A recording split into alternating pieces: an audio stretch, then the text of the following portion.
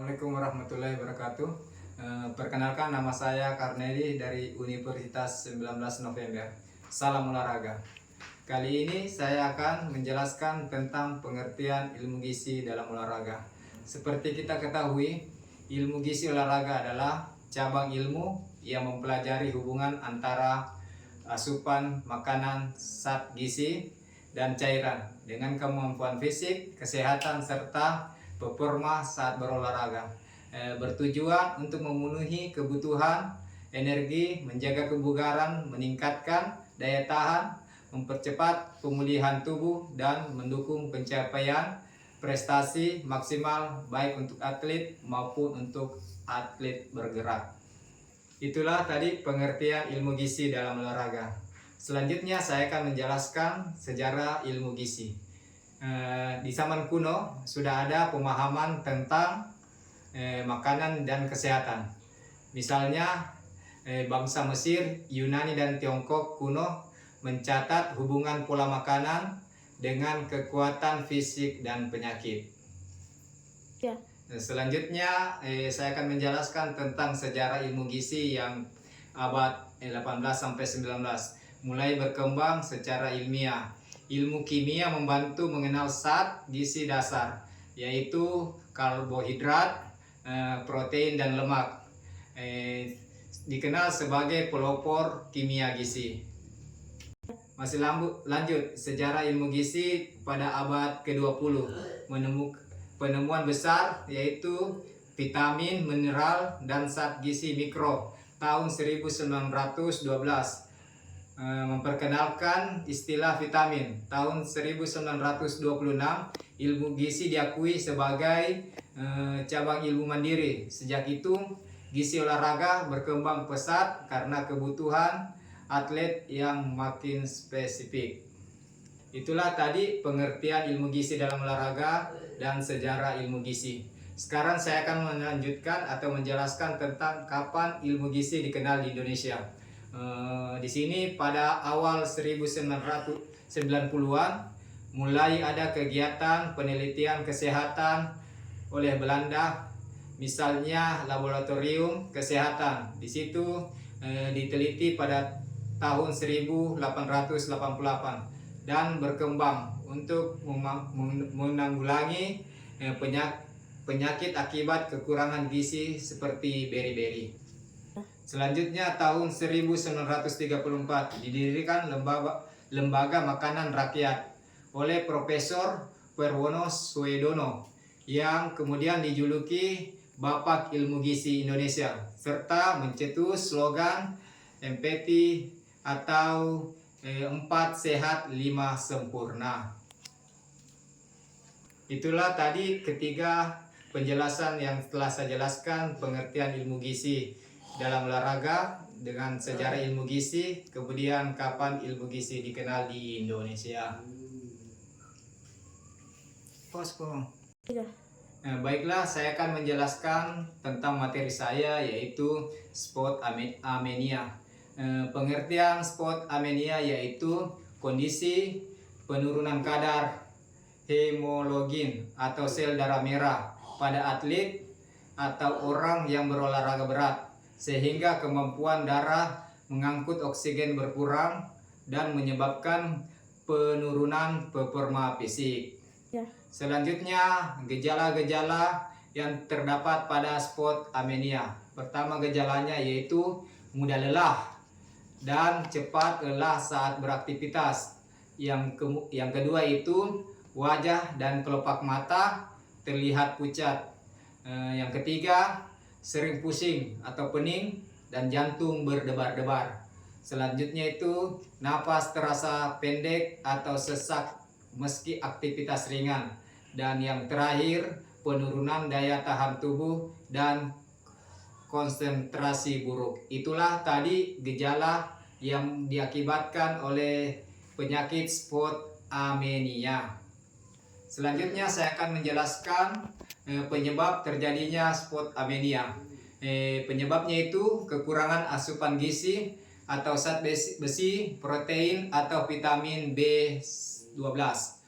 Kemudian kerusakan sel darah merah akibat hentakan berulang. Kemudian meningkatkan volume darah yang melebihi produksi sel darah merah. Yang terakhir, kehilangan zat besi lewat keringat atau urin berlebih. Oke, selanjutnya saya akan menjelaskan cara mengatasi sport anemia, yaitu menambah atau mengkonsumsi makanan yang kaya zat besi seperti daging, bayam dan hati ayam, protein dan vitamin C. Kemudian mengatur intensasi latihan agar tidak berlebihan, kemudian istirahat yang cukup dan tidur teratur, kemudian minum suplemen seperti zat besi sesuai anjuran dokter. Itulah tadi ketiga penjelasan saya tentang sport anemia, yaitu tentang pengertiannya, kemudian gejalanya, kemudian penyebab dan cara mengatasinya. Oke, selanjutnya saya akan menjelaskan tentang penyakit gastritis. Sebelum saya menjelaskan, kita perlu mengetahui tentang pengertiannya. Pengertiannya yaitu peradangan atau radang pada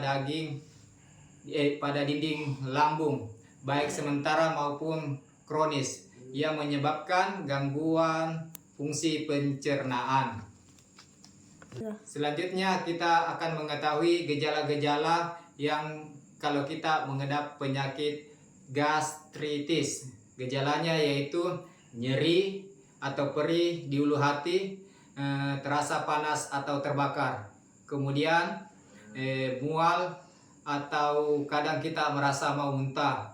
Ketiga, perut terasa kembung, peluh atau pegal. Selanjutnya, nafsu makan menurun drastis, dan yang terakhir kadang disertai rasa pahit di mulut. Adapun penyebab dalam penyakit gastritis yaitu pola makanan tidak teratur, makan terburu-buru atau telat makan. Kemudian itu mengkonsumsi makanan pedas, terlalu panas atau dingin atau berlemak tinggi, minum alkohol, kopi atau merokok, terus stres yang berlebih dan efek samping obat tertentu. Itulah penyakit atau penyebab penyakit gastritis. Adapun cara mengatasi penyakit gastritis yaitu terapkan pola makan teratur, porsi kecil tapi sering. Kemudian hindari makanan pemicu iritasi. Yang ketiga itu kelola stres, jangan terlalu stres. Dan terakhir, minum obat tekanan asam lambung atau seperti penyakit obat lambung. Selanjutnya saya akan menjelaskan tentang gangguan diare. Pengertian gangguan diare yaitu kondisi buang air besar dengan frekuensi yang sering dan biasanya dikeluarkan berterus-terus cair encer, bisa disertai lendir atau darah. Itulah gangguan atau pengertian gangguan diare. Adapun gejala-gejala yang terjadi pada diri kita kalau kita mengalami gangguan diare, itu gejalanya seperti pertama itu buang air kecil, air besar, cair lebih dari 3 kali sehari. Kemudian kram atau nyeri perut, mulas terus menerus. Kemudian perut terasa kembung dan begas. Kemudian yang keempat itu mual, muntah dan badan lemas. Dan yang terakhir resiko dehidrasi, mulut kering, haus, urin sedikit atau mata cekung. Itulah penyebab dari gangguan diare. Selanjutnya saya akan menjelaskan cara mengatasi gangguan diare. Cara mengatasinya itu pertama, minum cairan yang cukup seperti air putih, air gula garam atau cairan elektrolit. Kemudian makan makanan lunak, dan tidak pedas, bubur, pisang, nasi, dan roti. Kemudian itu hindari susu, makanan berlemak pedas dan berserat tinggi. Kemudian jaga kebersihan makanan dan cuci tangan sebelum makan. Dan yang terakhir itu minum obat diare jika diperlukan. Konsultasi dengan tenaga kesehatan. Oke, selanjutnya saya akan menjelaskan kelainan akibat suhu tinggi atau stroke. Di sini saya akan menjelaskan tentang pengertiannya. Gangguan kesehatan akibat tubuh tidak mampu menyimbangkan suhu karena panas yang berlebih atau beraktivitas berat di tempat yang panas, mulai dari kram, panas hingga stroke yang berbahaya dan mengancam nyawa. Oke, selanjutnya saya akan menjelaskan gejala-gejala atau kelainan akibat suhu. Yang pertama itu penyebabnya itu gejalanya itu kalau gejala ringan kram otot, lemas, banyak keringat, pusing dan mual, kulit terasa panas. Kemudian kalau gejala berat itu suhu tubuh sangat tinggi, di atas 40 derajat Celcius, kulit kering dan panas, tidak berkeringat, bingung, pingsan, kejang hingga hilang kesadaran. Oke, selanjutnya saya akan menjelaskan tentang penyebabnya. Penyebabnya itu beraktivitas fisik berat di tempat panas atau di bawah sinar matahari langsung. Kemudian pakaian terlalu tebal atau tidak menyerap keringat. Selanjutnya itu tubuh kekurangan cairan dan garam mineral.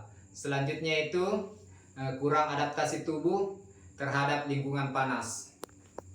Oke, selanjutnya saya akan menjelaskan cara mengatasinya. Cara mengatasi kelainan akibat suhu tinggi itu yang pertama itu pertolongan awal.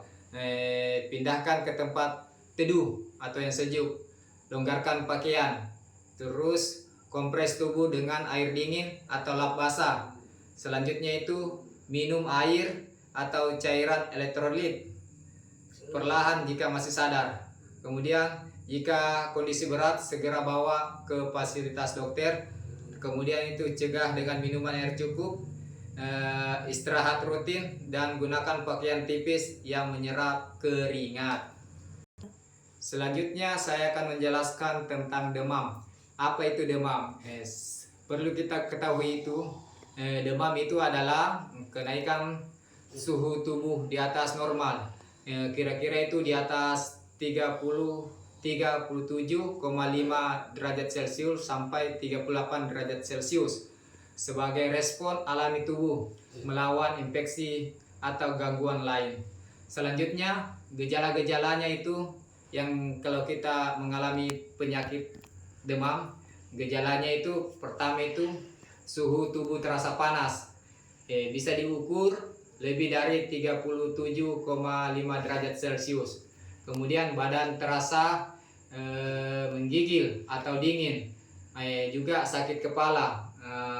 Selanjutnya itu otot dan persendian terasa nyeri, dan terakhir itu lemas, kurang nafsu makan, dan haus. Itulah pengertian dan gejala kalau kita mengalami penyakit demam. Oke, selanjutnya saya akan menjelaskan tentang itu demam, cara mengatasi penyakit demam.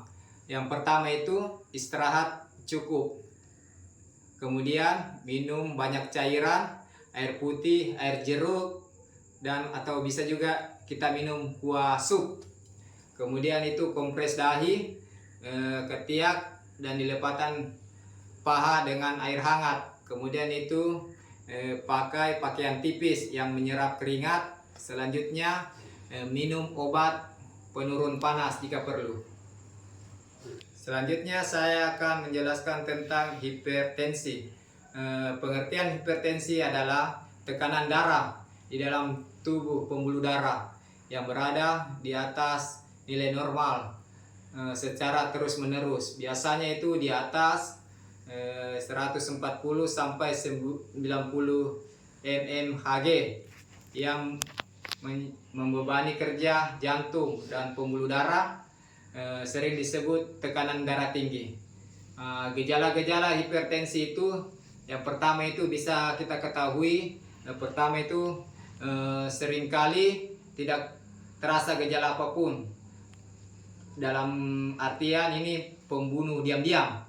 Selanjutnya, jika tinggi, sakit kepala berat, terasa itu pusing, kepala berputar-putar, penglihatan berkunang-kunang, kemudian leher terasa kaku, jantung berdebar, mudah lelah, dan biasanya itu hidung berdarah. Kemudian penyebab hipertensi itu yang pertama itu konsumsi garam yang berlebihan. Jadi kalau kita mengkonsumsi garam berlebihan, kita akan terasa hipertensi.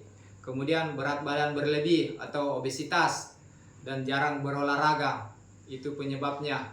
Kemudian kebiasaan merokok, kemudian itu stres yang berlebihan, kemudian faktor keturunan dan usia. Oke, selanjutnya saya akan menjelaskan cara mengatasi hipertensi. Cara mengatasinya yaitu kurangi konsumsi garam, makanan asing, lemak, dan kolesterol. Kemudian menjaga berat badan yang ideal, rutin berolahraga ringan hingga yang sedang, berhenti merokok dan hindari alkohol. Kemudian kelola stres dan tidur yang cukup. Kemudian yang terakhir, minum obat penurun darah secara teratur sesuai anjuran dokter. Oke, selanjutnya saya akan menjelaskan tentang gangguan akibat olahraga atau cedera dalam berolahraga. Di sini saya akan menjelaskan tentang pengertian gangguan akibat olahraga atau cedera dalam berolahraga. Pengertiannya itu segala jenis kelainan pada kesehatan yang terjadi pada tubuh kita pada saat berolahraga, baik karena kesalahan teknik, kelelahan, atau persiapan kurang atau kecelakaan. Selanjutnya saya akan menjelaskan tentang gejala-gejala dalam cedera dalam berolahraga. Gejalanya itu yang pertama itu nyeri bengkak atau memar pada kaki kita atau kemerahan pada bagian tubuh yang sakit. Kemudian gerakan menjadi terbatas atau tidak bisa digerakkan sama sekali.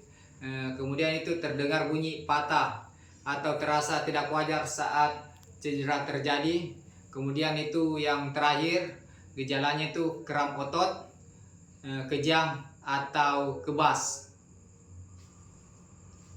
Oke, selanjutnya saya akan menjelaskan tentang penyebab sering terjadinya cedera dalam olahraga.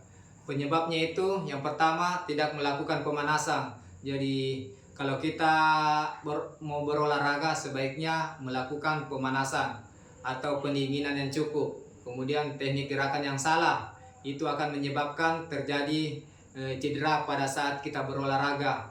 Kemudian tubuh lelah atau kurang pemanasan. Oke, lanjut.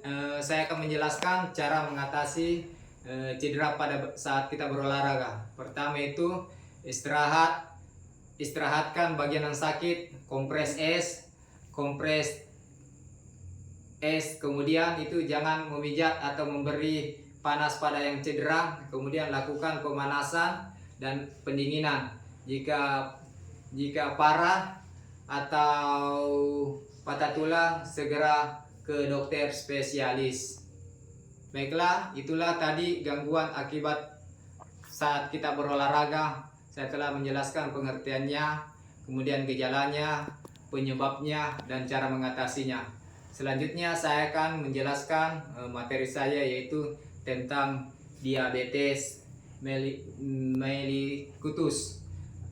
Pengertiannya itu penyakit gangguan metabolisme kronis, di mana kadar gula darah tubuh tetap tinggi karena tubuh kekurangan hormon. insulin atau tidak bisa menggunakan insulin dengan baik. Adapun gejala yang terjadi pada diabetes mellitus, yaitu gejalanya yang pertama itu sering merasa haus, sering juga buang air kecil, kemudian cepat terasa lapar, tapi berat badan malah menurun drastis, kemudian itu tubuh cepat lemas, letih dan sering mengantuk, dan lukanya sulit sembuh, kulit terasa gatal atau kesemutan. Kemudian itu yang terakhir, penglihatan menjadi kabur. Itulah gejala-gejala diabetes mellitus. Selanjutnya, cara mengatasi atau penyebab diabetes mellitus. Penyebabnya itu penyakit diabetes mellitus, yaitu penyebabnya pola makanan buruk, terlalu banyak gula, tepung, makanan manis dan lemak. Kemudian itu faktor keturunan atau faktor genetik.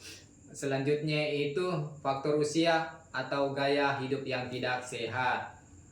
Oke, selanjutnya saya akan menjelaskan cara mengatasi penyakit diabetes mellitus. Cara mengatasi itu pertama, pola makan, kurangi gula, tepung, gorengan, perbanyak serat sayur dan buah, makanan teratur, porsi yang kecil, kemudian rutin berolahraga minimal 30 menit sehari untuk membantu membakar gula, kemudian jaga berat badan ideal, kemudian yang terakhir berhenti merokok dan hindari alkohol. Itulah tadi penjelasan tentang materi saya dalam pelajaran ilmu gizi. Lebih dan kurangnya mohon dimaafkan. Akhir kata saya ucapkan assalamualaikum warahmatullahi wabarakatuh.